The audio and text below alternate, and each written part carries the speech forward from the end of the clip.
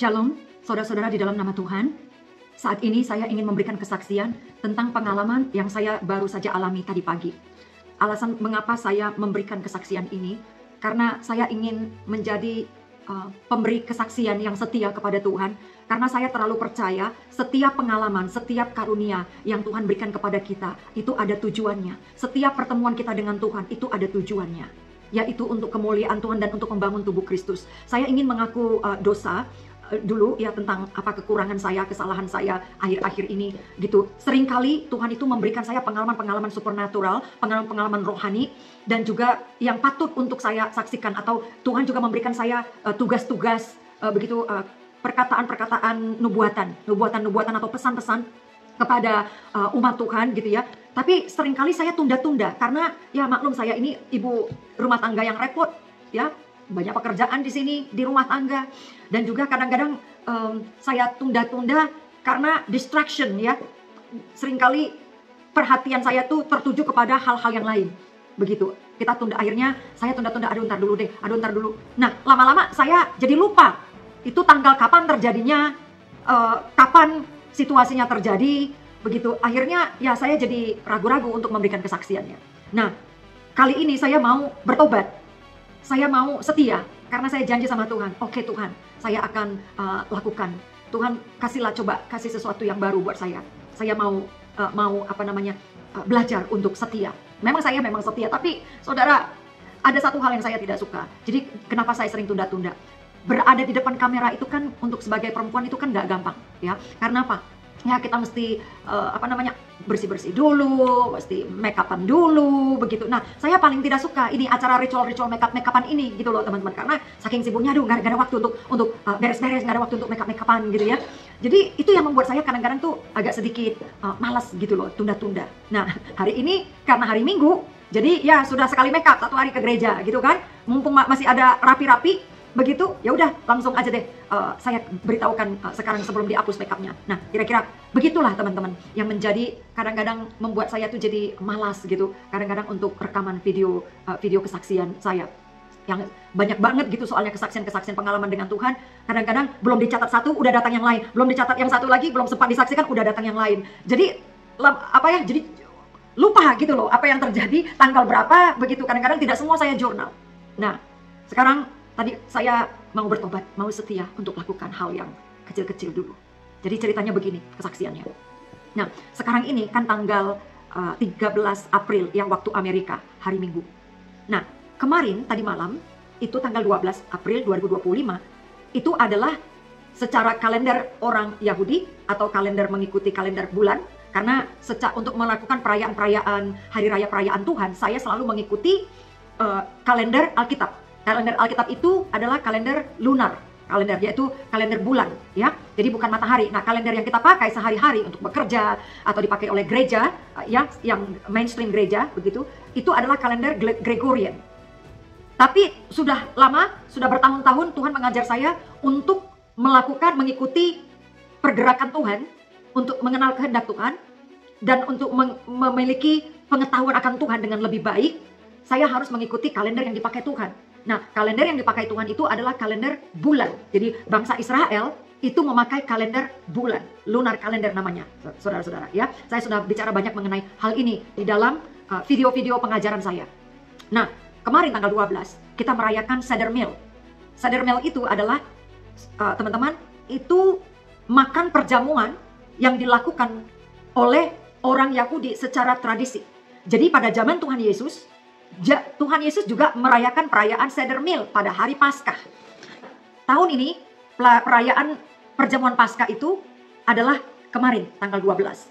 Kalau Gregorian calendar itu saudara tanggal, kalau tidak salah tanggal 18 gitu ya, satu minggu ke depan. Saya nggak tahu karena saya nggak ngikutin yang kayak gitu, yang nggak terlalu ngikutin kayak gitu. Saya lebih perhatian kepada kapan Israel merayakan perayaannya gitu, yang mesianik gitu ya. Jadi saya mengikuti. Nah, ini adalah tradisi keluarga kami sudah 4 tahun berturut-turut sejak tahun 2020. Sejak COVID terjadi ya, kita di lockdown. Nah, keluarga kami mulai merayakan perayaan makan perjamuan Paskah.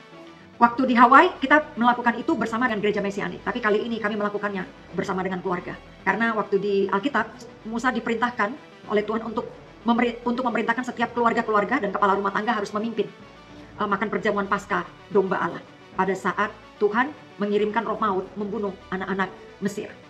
Nah, teman-teman, saya memang tadi malam itu agak benar-benar capek sekali, lelah. Karena 3 hari sebelumnya saya berturut-turut berdiri di kaki saya, jongkok-jongkok, duduk, tunduk-tunduk bekerja di kebun. Karena musimnya musim semi.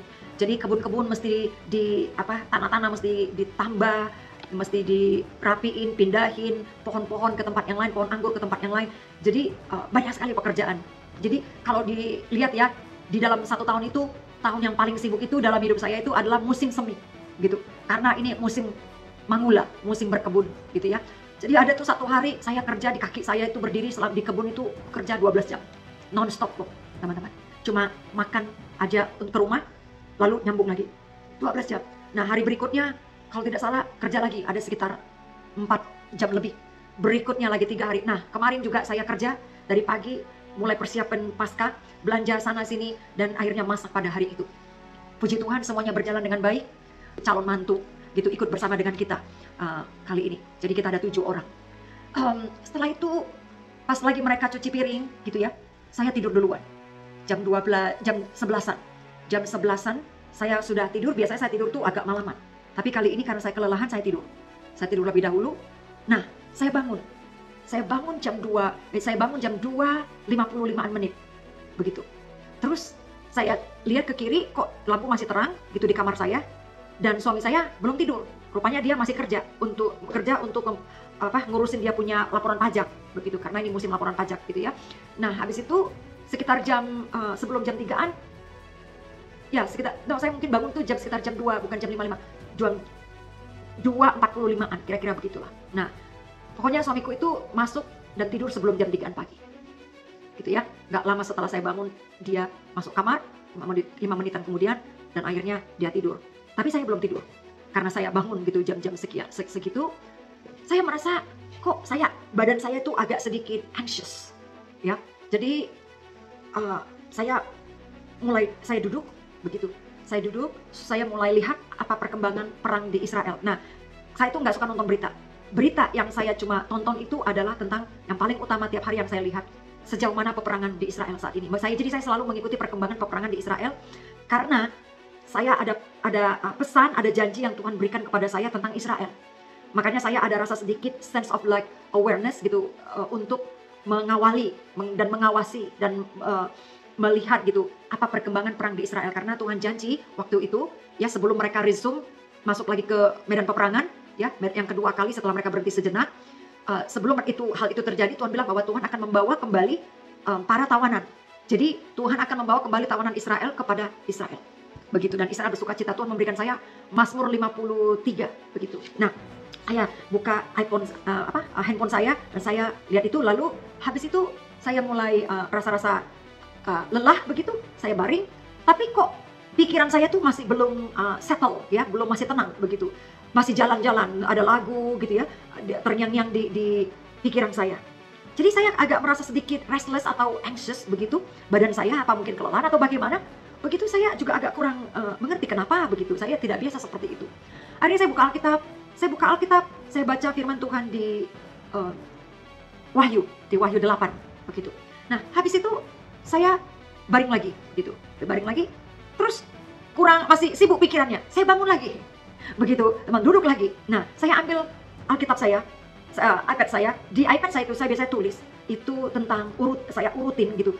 Daftar siapa Tuhan bagi saya. Jadi misalnya God is my father, Tuhan adalah Bapakku, Tuhan adalah Tuhanku, juru selamatku. Pokoknya siapa Tuhan bagi hidup saya tulis di iPad saya dan saya bacain lagi pagi itu. Saya declare, saya berdoa begitu. Saya declare semua sampai habis daftarnya. Tuhan, Engkau adalah juru selamatku, kekuatanku, penolongku, Engkau adalah pembebasku, Engkau adalah pahlawanku yang gagah perkasa, Engkau adalah kekuatanku, penolongku pada masa kesesakan. Saya declare semua, Tuhan. Siapa Tuhan dan siapa Dia buat saya. Saya lagi dalam berdoa. Nah, waktu itu doa saya adalah, saya bilang begini, Tuhan, kan sebagai perempuan itu ya, kita ada masa up and down. Ya, tiap bulanan. Ya, perempuan itu ada masa PMS, ada masa menopause, ada masa postpartum, gitu ya. Jadi emosi itu up and down, pikiran kita itu bisa kesana kemari, begitu. Nah, saya mulai berdoa. Saya bilang gini, Tuhan, aku mau agar Engkau menjaga pikiranku. Sebab aku mau berpikir seperti Engkau berpikir. Aku mau Tuhan memikirkan apa yang Engkau pikirkan. Dan aku mau berpikir apa yang Engkau mau aku pikirkan. Jadi itulah yang merupakan kehendak saya. Supaya pikiran saya ini jangan negatif di saat-saat saya punya menopause atau pramenopause atau PMS atau whatever itulah gitu ya. Saya mau pikiran saya itu sejajar dengan pikiran Tuhan. Jadi saya ingin menaklukkan pikiran saya minta Tuhan jaga pikiranku agar aku hanya memikirkan apa yang Engkau mau aku pikirkan. Jadi saudara, itulah doa saya pagi itu. Habis itu tiba-tiba habis itu saya baca tadi di Wahyu ya, Wahyu 8 tadi itu. Habis itu saya mulai rasa badan saya itu seperti ingin tidur yang dalam. Nah, tidur dalam ini beda dengan ngantuk biasa. Jadi saya ada rasa ngantuk yang dalam dan biasanya ini hanya terjadi ketika saya bangun tengah malam dan mungkin habis doa atau baca Alkitab, tiba-tiba ada rasa ngantuk yang sangat dalam.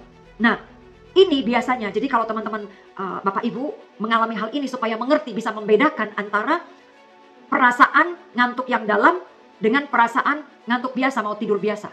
Ada dua ya jenis rasa ngantuk. Rasa ngantuk yang dalam itu seperti kita mau ngantuk dalam yang ngantuk yang dalam itu seperti kita akan memasuki di alam roh. Dan ini hanya terjadi biasanya pada saat kita berdoa atau pada saat kita baru bangun tidur ya. Tahu-tahu kita baca Alkitab dan kita berdoa, tahu-tahu kita ada perasaan rasa ngantuk yang dalam habis kita acara rohani tadi itu. Nah, biasanya ketika ini terjadi kita tertidur, kita masuk ke alam roh. Dan kita masih sadar ketika kita di alam roh, pikiran kita masih jalan seperti kita kayak bangun. Kita masih bisa nyambungkan ke alam dunia natural kita. Nah, inilah jenis tidur yang dalam. Pada waktu tidur yang dalam atau rasa ngantuk yang dalam. Pada waktu Abraham diperlihatkan oleh Tuhan tentang bahwa Tuhan membuat perjanjian kepadanya bahwa melalui Abraham dia akan menjadi bapa bagi bangsa-bangsa. Abraham masuk di dalam pengalaman tidur yang dalam. Sehingga di dalam tidurnya itu dia masuk ke alam roh dan dia melihat Tuhan membuat satu perjanjian dalam roh kepada Abraham. Establish a covenant with Abraham. Jadi membangun covenant dengan atau perjanjian kepada Abraham. Nah, itu pada masa Abraham masuk ke dalam perasaan tidur yang dalam atau perasaan ngantuk yang dalam. Nah, hal ini sering kali terjadi kepada saya ketika saya berdoa, ya, itu padahal tuh hari atau bisa siang atau malam pada waktu tidur, tiba-tiba pada waktu tiba-tiba ngantuk yang dalam itu saya udah bisa melihat satu penglihatan begitu. Nah, atau nanti pada saat saya bangun tengah malam, tiba-tiba saya ada perasaan ngantuk, tiba-tiba saya udah dibawa ke alam roh. Nah, saudara, tadi pagi itu ya, berarti sudah tanggal 13. Tanggal 13 hari Minggu, karena udah lewat jam 12 malam ya, dari tanggal 12 Passover. Ada satu hal yang tadi saya bilang, saya confess kepada Tuhan. Saya menyadari bahwa saya ini bukan manusia sempurna. Saya menyadari bahwa saya ini ada banyak kekurangan-kekurangan. Tapi akhirnya saya merasa terinsafkan oleh Roh Kudus bahwa saya perlu untuk menjadi lebih setia gitu loh. Harus lebih setia kepada apa yang Tuhan berikan kepada saya. Nah, saya tuh terkonvikted, terinsafkan gitu ya. Rasa perasaan bersalah ini. Gitu. Jadi pagi itu saya bilang, Tuhan ampuni aku udah ada banyak hal yang aku belum sampaikan mengenai pengalaman saya diselamatkan Tuhan tanggal 1 Februari dari kecelakaan gitu ya, belum disampaikan. Terus pengalaman yang tentang dibawa ke surga, ada banyak, terus nubuatan ada banyak yang saya belum sampaikan saudara-saudara.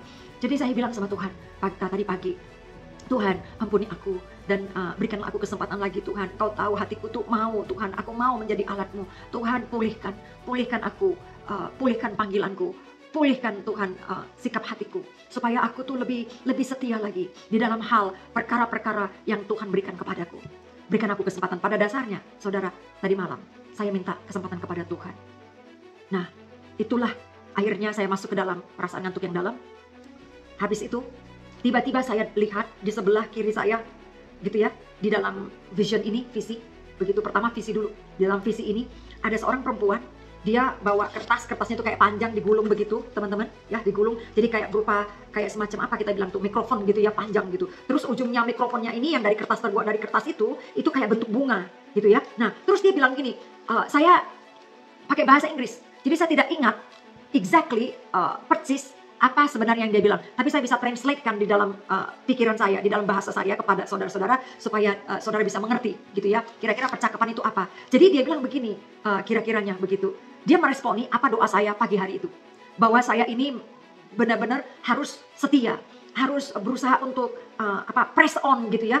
Terus tekan gitu loh, keadaan apapun yang berusaha untuk menghalangi saya untuk kesaksian atau untuk memberikan pengajaran begitu atau nubuatan lewat online yang saya agak sedikit tunda-tunda, yang sedikit teralihkan perhatiannya.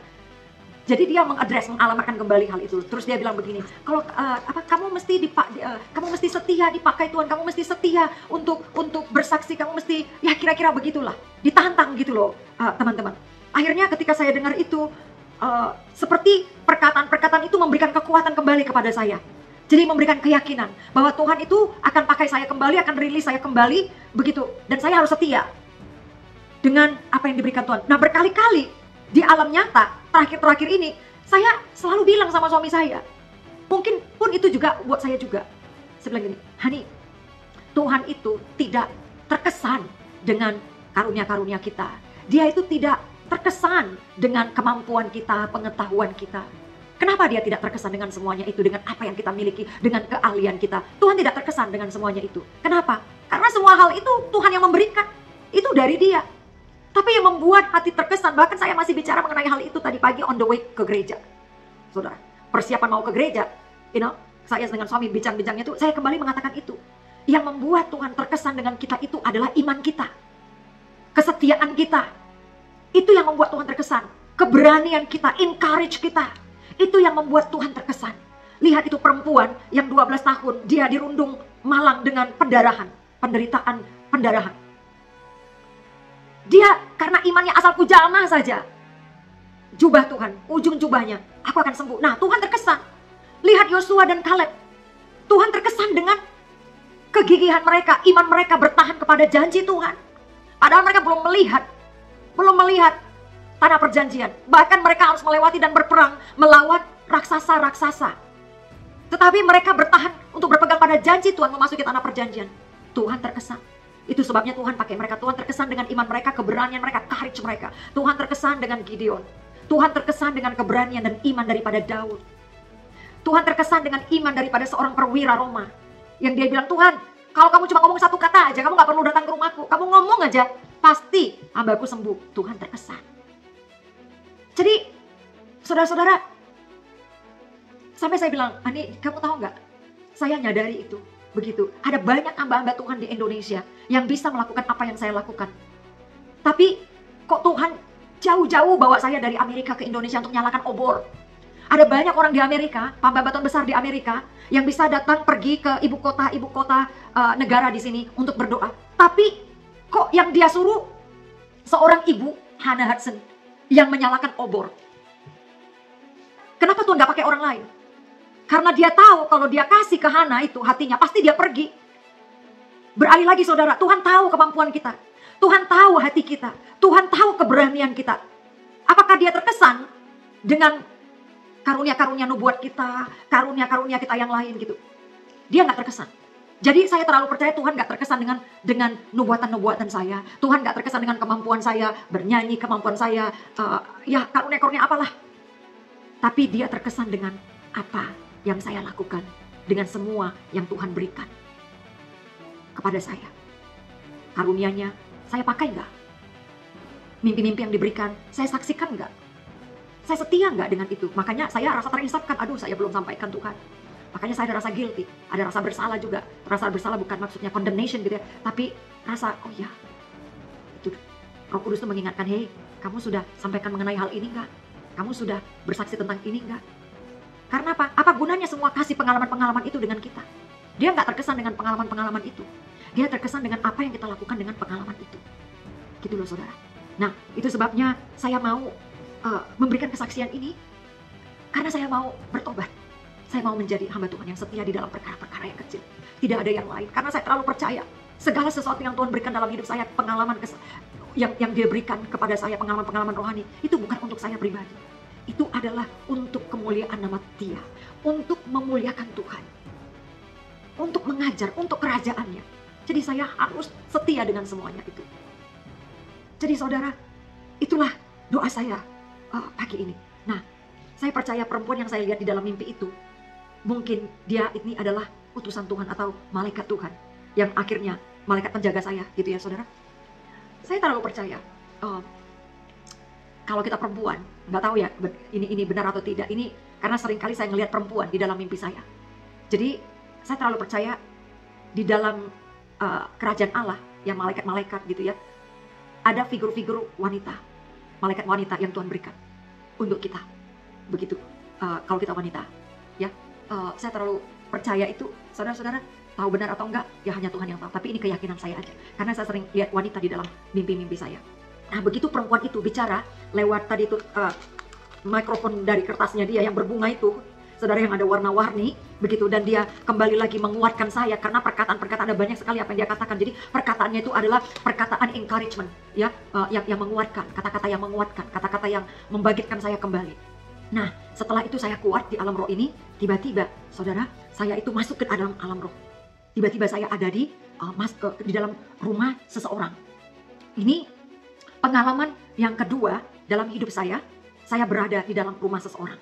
Biasanya saya itu ada di open space, tiba-tiba ada di Cina, waktu itu ada di wilayah Serang itu. Nah, saya tiba-tiba pernah ada di situ, pernah ada di Padang. Nah, biasanya kebanyakan tuh di luar, tapi kali ini di rumah seseorang.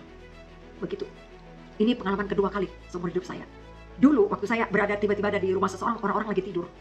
Begitu saya sadar saya di rumah orang, saya ketakutan gitu loh, maksudnya takutnya itu jadi saudara, kalau saya sudah dibawa ke alam roh saya udah dibawa ke alam roh di tempat yang lain, begitu biasanya saya sadar, conscious mind saya, alam sadar saya itu sadar bahwa saya tidak berada di dalam kamar saya sedang tidur, saya berada di tempat yang lain.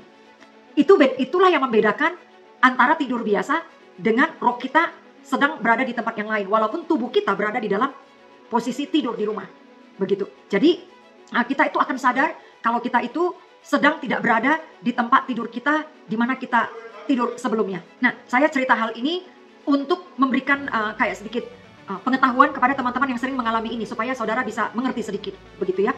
Orang-orang yang sering dipakai Tuhan di alam roh, begitu. Nah, waktu saya sudah berada di dalam ruangan ini, saya melihat seorang perempuan, orang bule, badannya agak gemuk begitu. Ya, saudara-saudara. Nah, terus rambutnya itu kayak agak sedikit bergelombang, begitu, dan agak sedikit blond-blond gitu ya, kayak putih-putih ke kuningan, orange-orange, jadi kayak blonde begitu, tapi bukan blonde yang putih-putih banget, tapi rada-rada kayak orange begitu. Ya. Nah, terus perempuan ini terbaring di lantai dalam keadaan dia guling-guling gitu ya, kayak semacam dia ini sedang depresi atau kena serangan daripada iblis gitu ya. Kayak dia tuh di-attack gitu loh, di alam roh. Seperti dia kayak pengalaman ditekan, terus pengalaman dia tormented, disiksa gitu loh, secara mental, di alam pikirannya, di dalam ada tekanan kesesakan dari anxiety, kecemasan gitu loh. Jadi saya perhatikan dia kadang-kadang seperti gini, bahasa roh, terus dia juga berdoa juga begitu. Jadi saya tahu ini orang adalah seorang pendoa.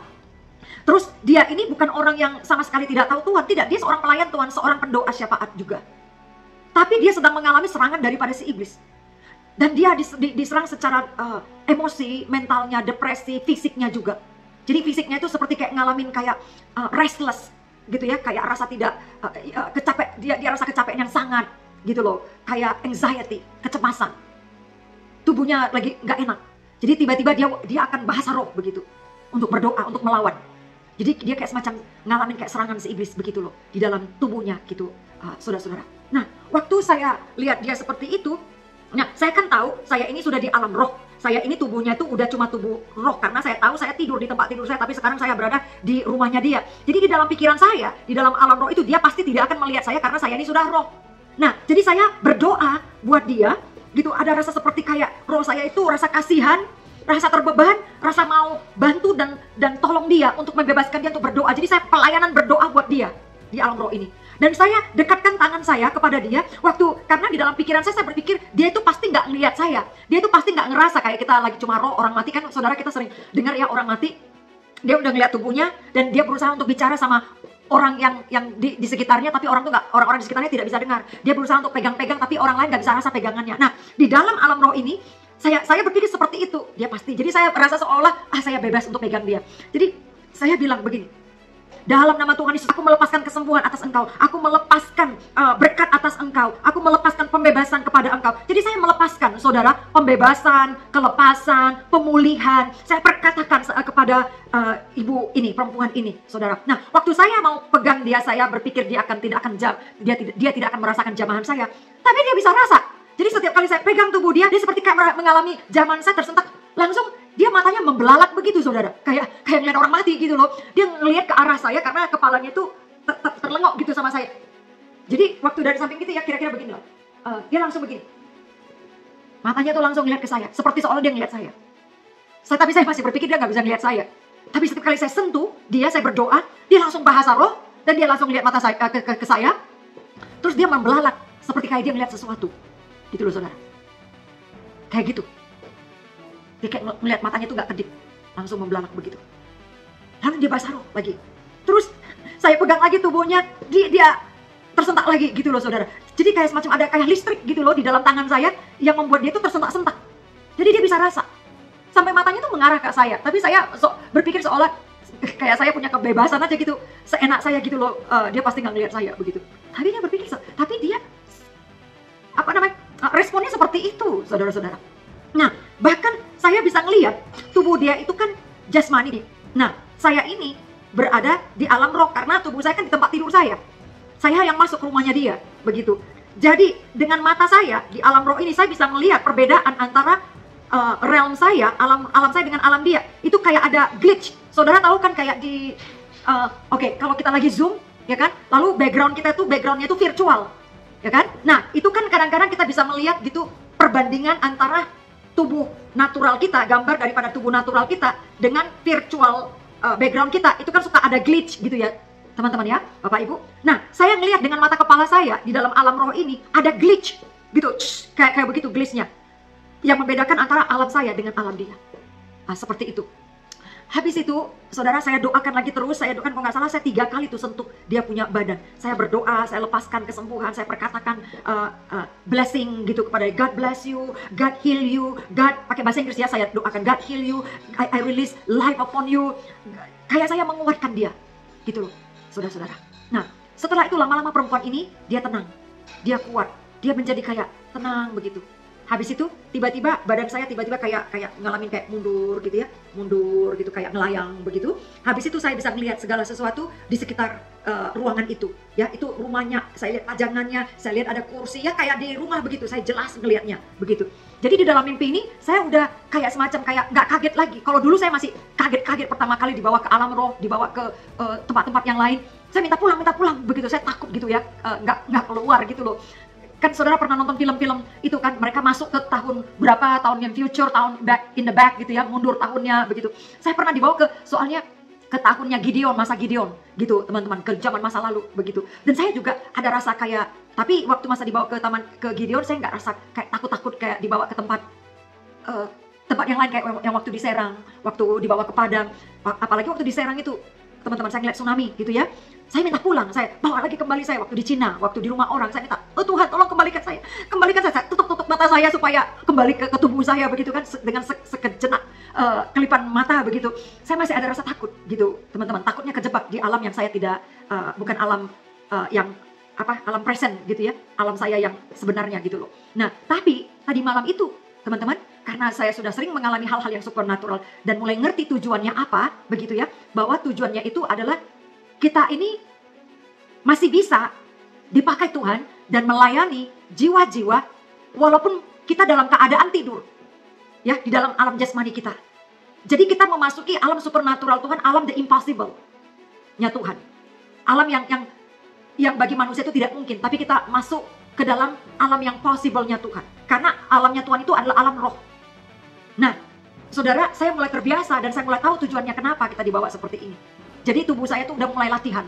Saya sudah saking seringnya, jadi udah mulai terlatih untuk lebih dalam menjadi manusia roh dan bisa dipakai untuk menjadi alatnya Tuhan untuk melayani di alam-alam yang kita tidak bisa jangkau dengan alam jasmani atau keterbatasan manusia, tapi di alam roh itu menjadi tidak terbatas. Nah, saudara, bertahun-tahun yang lalu, saya sering ketemu dengan orang-orang yang seperti ini. Suatu hari di dalam sebuah retreat, saya ketemu pria, brother and sister, mereka ini pendoa, begitu. Nah, mereka tuh sering berikan kesaksian, ya. Mereka ini bersaksi, suatu hari mereka bertemu di alam roh. Mereka bertemu di tempat yang lain, di alam roh, gitu. Dulu waktu saya dengar itu, saya masih bertanya, ya bisa ya seperti itu, gitu. Mereka tuh dibawa Tuhan ke alam roh, bahkan ketemu gitu di alam roh. Kok bisa ya seperti itu, begitu. Saya masih bertanya-tanya karena belum terbiasa. Walaupun sebelum-sebelumnya saya udah pernah ya dibawa Tuhan ke tempat-tempat yang lain. Tapi ketemu dengan sesama yang kita tahu gitu, di alam roh belum pernah. Nah, saudara, akhirnya saya bangun. Ya, saya bangun, begitu. Nah, begitu saya bangun, yang saya pikirkan adalah, wow, Tuhan bawa saya lagi pengalaman yang supernatural. Berarti ada tujuannya. Oh, Tuhan tuh memberikan saya kesempatan lagi. Jadi Tuhan itu di situ saya melihat dia setia, dia tahu kelemahan saya dan dia tidak stuck dengan kelemahan saya. Dia masih percayakan saya dengan hal-hal yang hal kerajaan Tuhan lagi, begitu. Dan dia mau lihat saya mau lakukan apa dengan ini. Jadi itu yang pertama kali, wow Tuhan terima kasih. Saya bilang begitu, saya masih sadar, saya kembali ke alam sadar, saya terbangun. Tapi belum sepenuhnya tubuh saya ini sesadar-sadarnya di alam sadar. Jadi masih ada sedikit masuk alam rohani, begitu, masuk alam roh. Jadi saya cuma selesai aja itu dari rumah sister itu, saya bangun, saya bilang, Tuhan ada pesan apa? Tuhan, ada apa dengan sister itu? Apa pesannya Tuhan? Apa yang Tuhan mau bicarakan? Saya bangun, saya berdoa, tolong Tuhan bicara Tuhan. Saya buka Alkitab saya, saudara, Tuhan kasih itu di Mazmur 70 dan 71. Saya baca, saya baca ini ya saudara, itu tentang prayer and relief from adversaries. Judulnya aja saudara, doa tentang pembebasan daripada musuh. Ini tentang deliverance, tentang pembebasan dari musuh. Dan juga di ayat 71-nya, God, the rock of salvation, Tuhan adalah gunung, batu keselamatan. Nah ini kalau saudara baca sendiri nanti saudara, itu betul-betul reveal, menyatakan situasi dan keadaan yang dialami oleh sister yang ada di dalam alam roh tadi itu yang Tuhan bawa saya. Memang betul-betul, jadi saudara yang namanya tuh wahyu, ya itu namanya wahyu, itu penyataan. Jadi kadangkala ketika Tuhan berikan kita mimpi, Tuhan berikan atau sesuatu terjadi di dalam hidup kita, kadangkala kita tidak langsung mengerti apa yang kita sedang alami. Atau kita mungkin sedang di dalam peperangan roh, gitu ya, di dalam hidup kita, tapi kita belum langsung menyadari atau mengetahui musuh apa ini yang sedang kita alami. Atau apa ini yang sedang Tuhan izinkan terjadi dalam hidup saya. Atau apa nih yang Tuhan sedang kerjakan di dalam hidup saya, atau katakan di dalam hidup saya. Atau apa yang situasi rohani apa yang sedang saya alami saat ini. Nah biasanya saudara, kalau saya ingin mau tahu apa sih Tuhan sebenarnya yang sedang terjadi di dalam hidupku saat ini. Kok aku ngalamin peperangan demi peperangan. Kok aku ngalamin tekanan demi tekanan. Bicara apa tolong Tuhan. Tolong dong bicarakan, tolong dong bukakan. Nah saudara, kadang-kala kita nggak langsung ngerti. Dan kita perlu wahyu. Kita perlu rema daripada Tuhan. Dan satu-satunya kalau saya untuk mendapatkan rema daripada Tuhan itu lewat firman-Nya. Saya akan cari Tuhan. Saya akan pergi ke firman Tuhan. Nah pagi itu saya bertanya kepada Tuhan. Tuhan tolong tunjukkan kepadaku, tolong bicara. Apa yang Tuhan mau katakan tentang keadaan sister itu di dalam alam roh tadi. Nah saudara, dia kasih tentang keadaan sister itu, bahwa sister itu dia adalah seorang pendoa. Karena nanti dinyatakan tuh di Mazmur 71. Dia adalah seorang yang kuat imannya, seorang yang pejuang, dia adalah yang Tuhan berikan kepada saya, dia adalah seorang pelayan Tuhan. Dia adalah seorang pendoa. Dan dia sedang mengalami peperangan di alam rohani. Dia ditekan sama si iblis, dia digocok sama si iblis, dia diserang, dia sedang mengalami serangan dari si iblis yang membuat dia itu rasa tertekan, rasa ada kecemasan, entah itu di dalam kesehatannya, entah itu di dalam keluarganya, pokoknya suasana yang membuat dia, atau di dalam pikirannya, yang Tuhan tunjukkan itu adalah di dalam pikirannya, di dalam kesehatannya, dia digocok sama si iblis, pikirannya dan kesehatannya. Jadi diserang sama si iblis, sehingga dia merasa dia harus, karena saya lihat tuh dia mengalami kayak semacam tiba-tiba bahasa roh. Di dalam mimpi itu, di dalam alam roh itu yang saya lihat di rumahnya itu, dia baring-baring begitu di lantai, restless, rasa kecemasan, rasa ada tekanan begitu. Nah saudara nanti bisa baca. Saya baca aja di Mazmur 70-nya aja. Nanti saudara-saudara, Bapak Ibu bisa baca sendiri ya, untuk kita mempersingkat waktu. Doa minta pertolongan. Nah judulnya saja saudara, dia sudah dalam keadaan doa minta pertolongan. Berarti ini seseorang yang sedang di dalam tekanan, seseorang yang sedang memerlukan pertolongan. untuk pemimpin biduan dari Daud pada waktu mempersembahkan korban peringatan. Ya Allah, bersegeralah melepaskan aku, menolong aku ya Tuhan. Biarlah mendapat malu dan tersipu-sipu mereka yang ingin mencabut nyawaku. Biarlah mundur dan kena noda mereka yang mengingini kecelakaanku. Biarlah berbalik karena malu mereka yang mengatakan syukur, syukur. Biarlah bergirang dan bersukacita karena semua orang yang mencari Engkau. Biarlah mereka yang mencintai keselamatan daripadamu selalu berkata, Allah itu besar. Tetapi aku ini sengsara dan miskin. Ya Allah, segeralah datang. Engkaulah yang menolong aku dan meluputkan aku, dan janganlah lambat datang. Jadi ini orang, saudara, sedang lagi dalam keadaan kesusahan hati, berada di dalam tekanan si iblis, karena iblis sedang menggocoh dia. Dikatakan iblis menginginkan kecelakaannya. Di dalam Mazmur 71 mengatakan iblis menginginkan kematiannya dan melukai dia. Jadi saudara, Tuhan memberikan beban kepada saya, memilih saya, memberikan beban di hati saya untuk berdoa buat dia. Nah saudara, karena kenapa Tuhan pilih saya, begitu ya? Ya pertama, satu, hak prerogatifnya Tuhan. Karena Tuhan tahu siapa yang dia pakai. Tuhan tahu siapa yang dia pilih. Tuhan tahu karakter kita. Tuhan tahu kesiapan hati kita. Tuhan tahu dia semua yang mempersiapkan kita. Nah ada satu hal saudara yang saya rasa saya akui unik tentang diri saya, begitu ya. Yang mungkin kenapa seringkali Tuhan pakai saya untuk melakukan sesuatu yang kadang-kala mungkin bagi orang lain gak mau lakukan dan tidak bisa lakukan, dan mungkin enggan melakukannya, tapi saya akan lakukan, begitu. Nah, saya seringkali bilang begini sama Tuhan, Tuhan, ini aku, pakailah aku Tuhan, dengan segala apa yang ada padaku. Tuhan, utus aku, ya, so kan ada punya lagu kan, utuslah aku. Saya ambil, ini ada lagu yang saya ciptakan dalam bahasa Inggris, And I Will Stand. Saudara bisa lihat di lagu saya, And I Will Stand. Saya terjemahkan tuh kata-katanya dalam bahasa Indonesia, gitu ya, di lirik lagunya Hannah Hudson Music, judulnya And I Will Stand. Nah saudara, ini adalah memang lagu panggilan saya, yang diambil daripada Yesaya 5. Siapakah yang mau aku utus? Nah, waktu Tuhan berbicara kepada saya di dalam sebuah penglihatan, siapakah yang mau aku utus? Saya bilang, Tuhan ini aku Tuhan, pakailah aku, utuslah aku. Dan saya memang selalu memberikan kebebasan kepada Tuhan 100%, 1000%. Apapun yang Tuhan mau pakai kepada saya, mau diutus kemana, dan entah bagaimana caranya, saya itu mau aja gitu saudara. Saya tidak memberikan batasan kepada Tuhan, tidak limit God di dalam pikiran saya, karena saya terlalu percaya Tuhan itu punya 1001 macam cara dan strategi cara Tuhan bekerja. Nah ada banyak orang gitu ya, mereka tuh mengkotakkan Tuhan di dalam mindset mereka, apalagi mereka yang ahli-ahli teologi, yang belajar soal teologi ya, mereka punya banyak education tentang soal-soal teologi gitu. Bukan saya menganggap kecil para ahli teologi ya, bukan. Tapi memang saya sering menghadapi orang-orang seperti itu.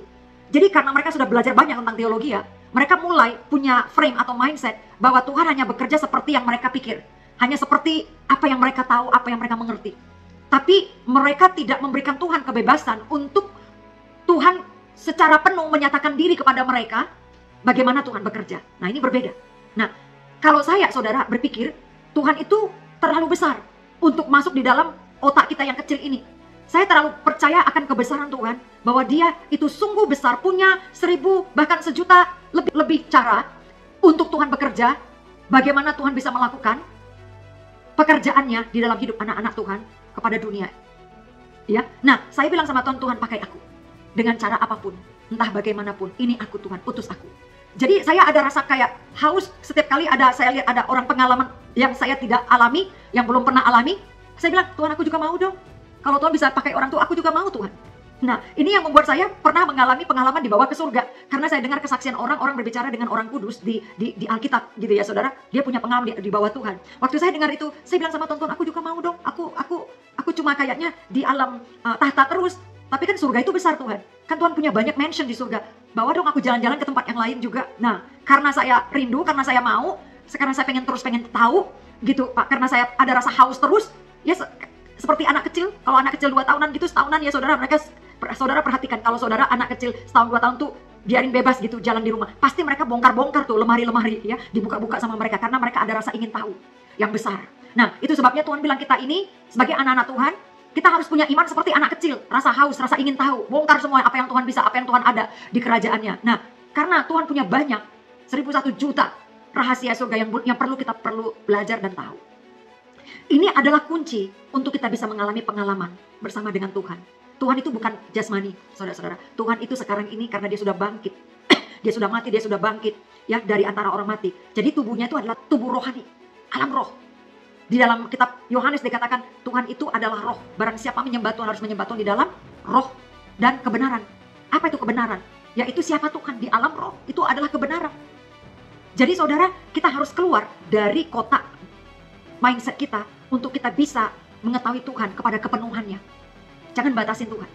Nah, ini adalah tujuan kesaksian saya untuk membawa saudara ya kepada di alamnya Tuhan lebih dalam lagi. Jangan batasin Tuhan. Seberapa Tuhan bisa pakai saudara. Saudara, roh kita ini tidak tidur. Roh kita tidak akan pernah tidur. Bahkan kalau kita tidur, roh kita masih aktif. Jadi, saudara, saya memberikan Tuhan kebebasan penuh pakai saya dengan cara apapun. Nah, ini kali kenapa Tuhan pilih saya untuk melayani sister itu. Karena sudah mengalahkan kedagingan dan bisa masuk ke alam roh. Dan Tuhan akan pakai orang-orang yang bersedia gitu loh saudara. Untuk dipakai masuk ke dalam alam supernatural, alam roh, pelayanan roh. Saudara Filip di Alkitab di Perjanjian Baru masuk ke dalam pelayanan roh. Dia dibawa Tuhan, dilarikan Tuhan dengan kecepatan seperti Superman gitu ya. Tiba-tiba ada di tempat yang lain untuk penginjilan. Rasul Paulus pernah dipakai Tuhan juga di alam roh. Dia sendiri sampai mengatakan, aku tidak tahu apakah aku ini mimpi, apakah aku tidur, apakah aku ini di alam jasmani. Dia sendiri sulit mengatakannya. Gitu loh saudara. Karena apa? Itu pengalaman yang baru buat dia. Sehingga dia untuk mengatakannya saja tuh takut-takut gitu loh saudara. Ya kalau kita baca ada rasa sedikit keraguan-raguan dan perlu keberanian buat Paulus untuk memberikan kesaksian sampai dia sendiri mengatakan ada seseorang yang aku tahu katanya. Padahal maksudnya itu adalah dia sendiri yang mengalami. Kenapa? Dia masih ragu-ragu untuk menceritakan pengalaman rohaninya ini kepada Tuhan karena itu pengalaman yang baru buat dia. Dan juga mungkin buat orang-orang di sekitarnya, ini adalah pengalaman yang tidak biasa. Tapi saudara, kita ini sekarang, saudara, itu adalah generasi yang akan menutup sebelum pengangkatan terjadi.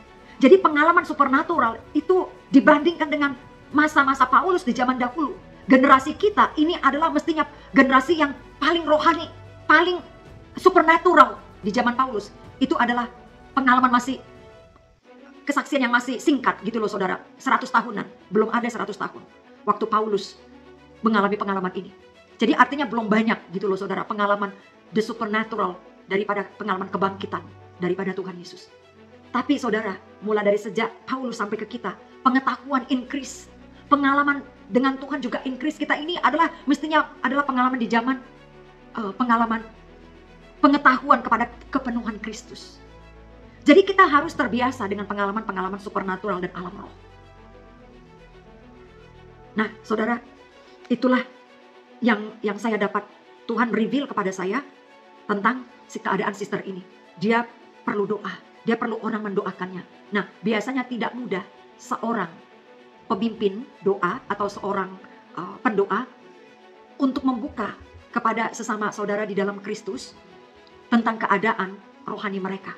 Karena di dalam pikiran mereka berpikir begini, orang-orang lain punya standar kekuatan ya tersendiri kepada para pemimpin-pemimpin doa. Jadi mereka berusaha untuk menjaga image tersebut. Jadi tidak mudah seorang pemimpin doa untuk confess, untuk mengungkapkan pergumulan mereka kepada orang-orang yang dia pimpin. Saudara, beberapa minggu yang lalu, mungkin 2-3 minggu yang lalu saya melakukan pengakuan dosa. Ya, keadaan apa yang saya alami. Saya masuk ke dalam alam peperangan. Tidak gampang. Itu sebabnya saya harus mengaku dosa. Supaya apa? Ini menguatkan yang lain. Kelemahan saya, seperti Paulus bilang, kelemahanku adalah kekuatan bagi engkau. Jadi Paulus, dia menjadi vulnerable. Dia sengaja membukakan diri akan kelemahannya. Untuk memberikan kekuatan. Dan kelemahannya si Paulus, pergumulannya si Paulus di alam roh, bahkan di alam fisiknya, dia membukakan kesaksian daripada pengalamannya digocok oleh si iblis untuk memberikan kekuatan kepada gereja Tuhan bahwa ketika nanti gereja Tuhan mengalami gocokan daripada si iblis, mengalami serangan daripada si iblis, agar mereka tidak menjadi lemah, tetapi mereka akan dikuatkan dengan pengalaman Paulus. Paulus aja seorang rasul harus berjuang di dalam dagingnya, berjuang di alam roh. Apa tak lagi gereja Tuhan? Sepanjang hari ini saya berpikir, Tuhan siapa ya sister itu? Saya belum dibukakan mata saya saudara. Tapi saudara, sore ini setelah saya istirahat ya, bangun dari istirahat saya sore tadi, pulang gereja, habis makan gitu, istirahat lagi. Saya bangun, saya lihat di handphone saya scrolling di message yang lama, dari message kemarin. Ternyata ada seorang sister, pendoa juga, pemimpin juga, ya saudara, orang bule gitu, tinggal di salah satu wilayah di Amerika ini, begitu. Dia pemimpin doa juga, saya biasa ikut online-nya. Waktu itu saya belum kepikir tentang dia, oke, di dalam mimpi ini. Nah, saya bilang, oh ternyata sister itu kirim message kepada saya kemarin tanggal 12, karena tanggal 12 itu kemarin itu adalah perayaan Paskah. Jadi karena dia sendiri itu juga mengikuti kalender lunar, jadi dia merayakan Paskah juga. Dia kirim salam, dia bilang Chag Sameach. Chag Sameach ini dalam bahasa Ibrani-nya itu diterjemahkan ke dalam bahasa Indonesia itu adalah selamat Paskah. Begitu. Jadi dia mengucapkan selamat Paskah kepada saya. Oh, saya bilang, akhirnya saya kirim foto Paskah keluarga saya. Saya bilang, ini kami merayakan kemarin. Chag Sameach juga, sister. Terus kita tekskan, beberapa kalimat begitu. Dia bilang dia mengalami peperangan rohani akhir-akhir ini. Tapi saya press on, katanya begitu. Terus akhirnya saya sampaikan, sister, saya mengerti. Saya bilang begitu, saya juga mengalami hal demikian, tapi Tuhan katakan kepada saya, kita harus masuk ke dalam peperangan yang ofensif. Sama seperti tentara Israel, saat ini kan memasuki perang kembali, dan mereka melakukan serangan ofensif, memasuki kembali jalur Gaza, untuk merebut orang Israel yang ditawan oleh orang Hamas. Jadi kalau orang Israel di alam natural, itu berperang, apa tak lagi anak-anak Tuhan.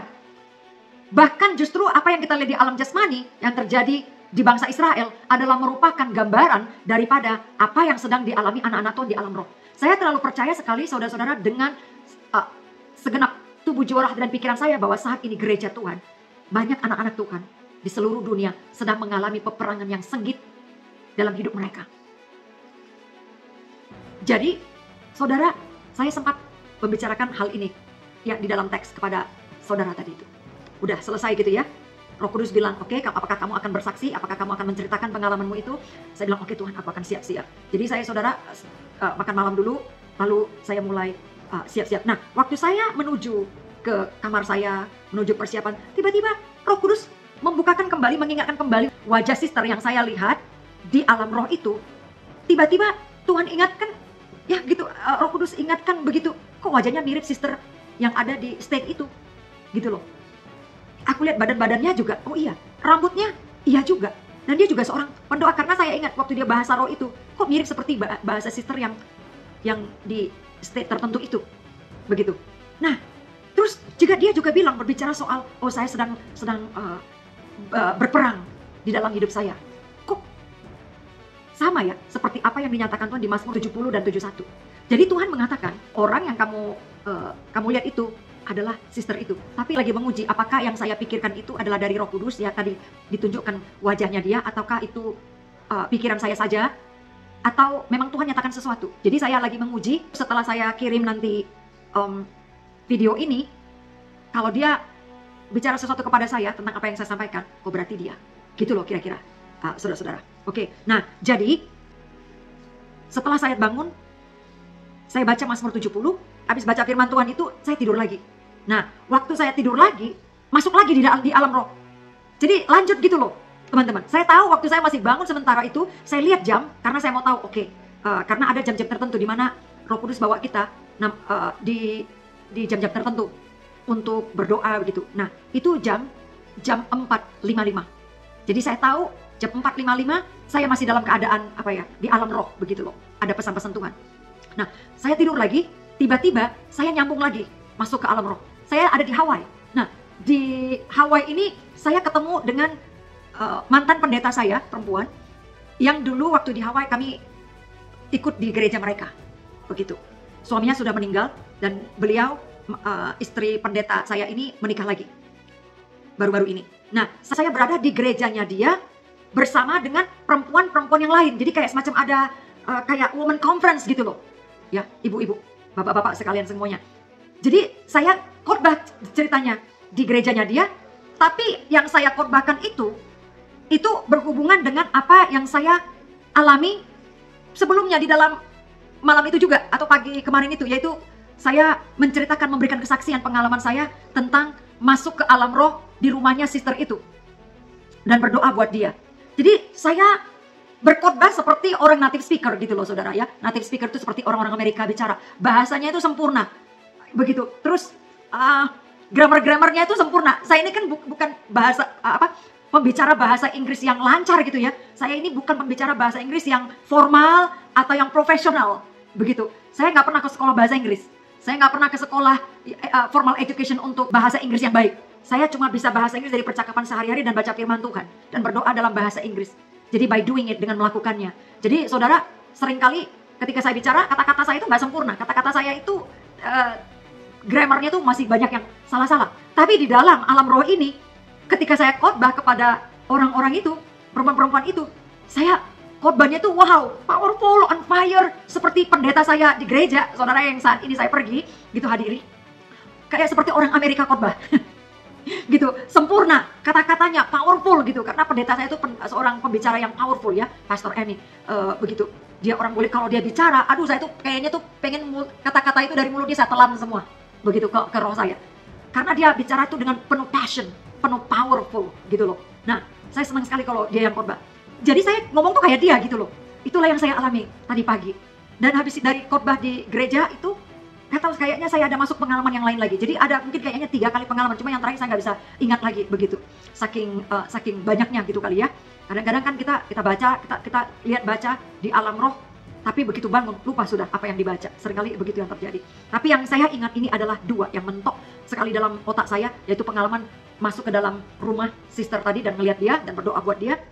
Dan yang kedua, pengalaman khotbah di sister di tempat mantan pendeta saya yang ada di Hawaii. Nah, saudara-saudara, inilah pengalaman saya tadi pagi yang saya saksikan, yang saya alami. Tujuan saya memberikan kesaksian ini adalah memberikan kekuatan kepada Bapak Ibu Saudara. Pasti di dalam kesaksian-kesaksian ini banyak refleksi yang sudah berbicara kepada Bapak Ibu Saudara semua tentang kehidupan Bapak Ibu Saudara. Ya, kita nggak jauh-jauh beda kok, gitu. Yang membedakan kita adalah bagaimana kita meresponi setiap firman, setiap pesan yang kita dengarkan daripada Tuhan. Nah, kondisi hati kita dalam meresponi itu, itulah yang membedakan kita. Saya memberikan kesaksian ini untuk menguatkan Bapak Ibu Saudara bahwa Tuhan bisa pakai kita walaupun kita dalam keadaan tidur. Bahwa Tuhan bisa bekerja di luar daripada akal pikiran kita. Bahwa Tuhan tidak dibatasi oleh fisik kita, dibatasi oleh kekurangan kita atau kelemahan kita. Pelajaran berikutnya, kita harus bersedia untuk bisa dipakai Tuhan di dalam melakukan tugas-tugas panggilan Tuhan. Dan yang pelajaran berikutnya, kita harus setia di dalam memberikan kesaksian walaupun kecil-kecil pengalaman itu. Tapi saudara, pengalaman yang Tuhan berikan kepada kita, pengalaman-pengalaman rohani, itu bukan untuk kita sendiri. Tapi itu tujuannya adalah agar kita menjadi saksi bagi orang-orang di sekitar kita. Menjadi saksi bagi bangsa-bangsa. Apalagi sekarang ini saudara, menjadi saksi bagi orang-orang yang nanti suatu saat akan ketinggalan. Karena mungkin kita ini sudah dibawa, ya, diangkat sama Tuhan. Kalau kita sudah diangkat sama Tuhan, orang-orang yang ketinggalan dapat kesaksian dari mana? Bagaimana mereka untuk bisa selamatkan lagi, untuk diberikan kesempatan kedua kali? Ketika mereka masuk di dalam pemerintahan antikristus. Kecuali kalau tidak dari kesaksian-kesaksian yang kita. Makanya kalau ada kesempatan kita memberikan kesaksian kepada orang-orang saat ini, kita harus lakukan. Mungkin ketika kita bersaksi tentang Tuhan kepada mereka atau pengalaman kita dengan Tuhan, mereka mungkin gak langsung percaya. Mungkin mereka pun gak akan percaya sampai nanti kita diangkat. Tapi nanti, saudara, ketika kita sudah terangkat, mereka akan ingat apa yang kita sampaikan, apa yang kita saksikan kepada mereka tentang hubungan kita dengan Tuhan. Mereka cari-cari kita udah gak ada lagi. Wah, berarti benar tuh kesaksian si Ibu Fani, kesaksian Ibu Donda, kesaksian Ibu Shirley, atau kesaksian Ibu Evi. Mereka akan ingat apa yang kita saksikan kepada mereka. Jadi saudara, jadilah menjadi saksi yang setia. Karena dengan kesaksian kita mengalahkan si iblis dan dengan darah anak domba Allah. Amin. Nah, sekian dulu kesaksian saya malam hari ini.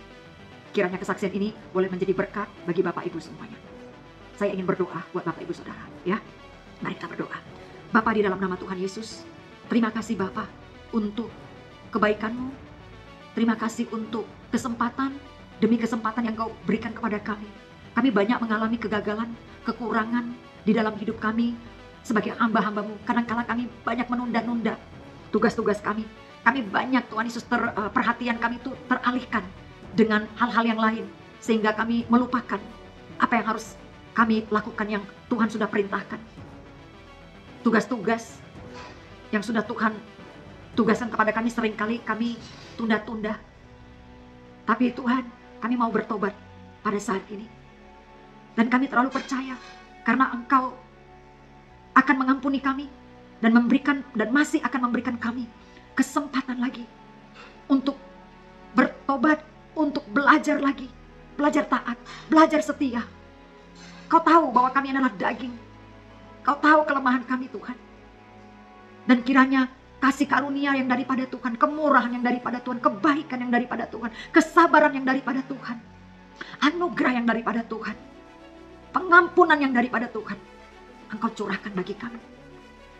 Terima kasih untuk kesabaranmu, pengampunanmu, kekuatan dan anugerahmu dan kemurahanmu, kebaikanmu di dalam Tuhan.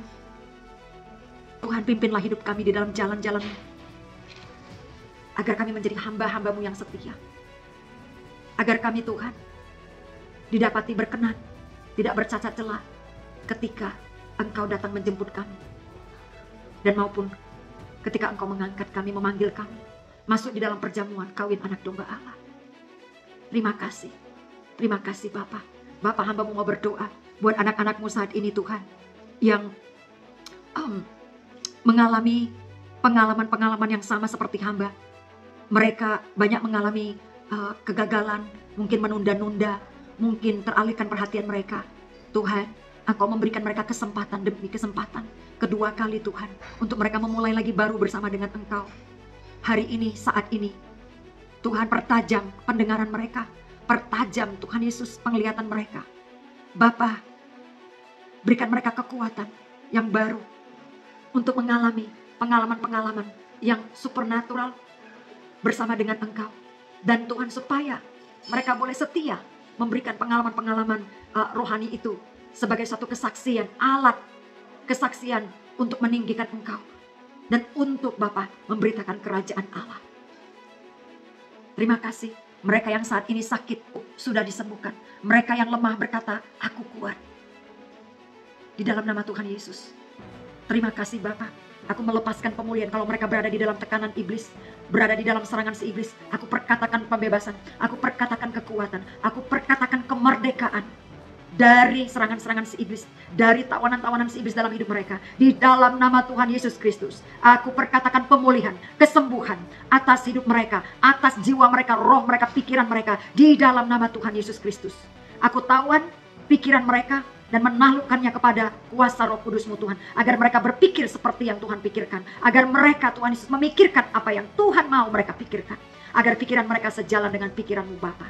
Terima kasih Tuhan Yesus, terima kasih Roh Kudus, terpujilah nama-Mu ya Bapa. Bagimulah segala pujian, segala hormat dan kemuliaan. Kiranya damai sejahtera-Mu yang melampaui segala akal memelihara hati dan pikiran umat-Mu saat ini. Di dalam nama Tuhan Yesus, hamba-Mu berdoa dan mengucap syukur. Haleluya, amin. Terima kasih Bapak Ibu Saudara sekalian. Tuhan Yesus memberkati. Tetap semangat, tetap cari kekuatan di dalam Tuhan. Tuhan Yesus memberkati. God bless you. Bye-bye.